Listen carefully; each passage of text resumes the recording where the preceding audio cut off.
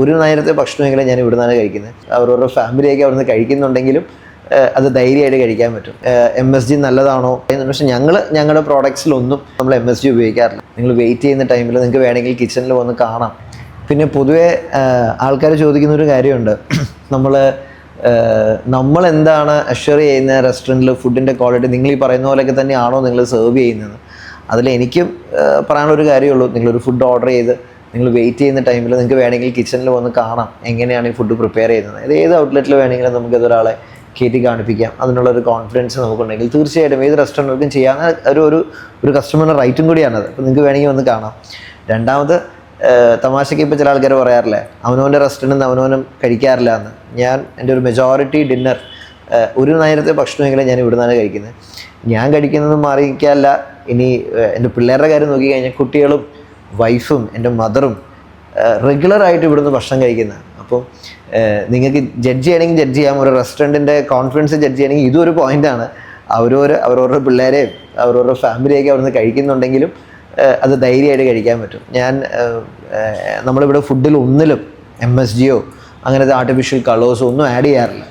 അപ്പോൾ MSG, ഇപ്പോൾ ഒരു ചോദ്യം വരാം, MSG നല്ലതാണോ?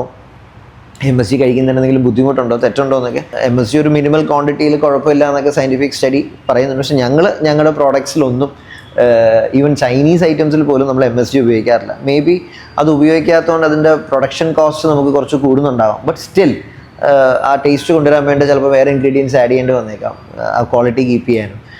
ബട്ട് ഞങ്ങൾ MSG മോണോ സോഡിയം നമ്മൾ ഉപയോഗിക്കാറില്ല ഇവിടെ. So that is my take on food quality.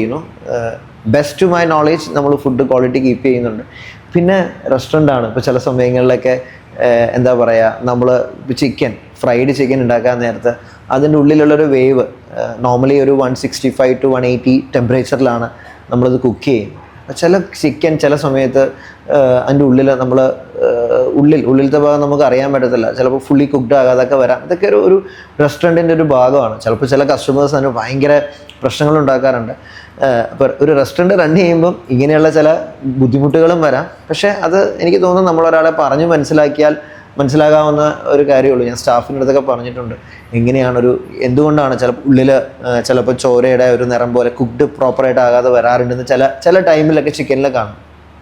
എന്ത് ചെയ്യാൻ പറ്റും, നമുക്ക് ചിക്കൻ തുറന്ന് നോക്കിയിട്ട് ഒരാൾക്ക് സെർവ് ചെയ്യാൻ പറ്റത്തില്ലല്ലോ. ഫ്രൈഡ് ചിക്കൻ വരാൻ നേരത്ത് ഒരേ ടെമ്പറേച്ചറിൽ തന്നെ എല്ലാം കുക്ക്ഡ് ആവുന്നത്. അപ്പം സോ ക്വാളിറ്റി മാക്സിമം നമുക്ക് എല്ലാവർക്കും അത് കീപ്പ് ചെയ്യാൻ ഞങ്ങൾ ശ്രമിക്കുന്നുണ്ട്. നല്ല റെസ്റ്റോറൻറ്റ്സ് എല്ലാവരും ശ്രമിക്കുന്നുണ്ടെന്ന് തന്നെ എൻ്റെ വിശ്വാസം. So that's my take on quality. Quality comes for a price. I'm sure that I'm trying to keep that quality.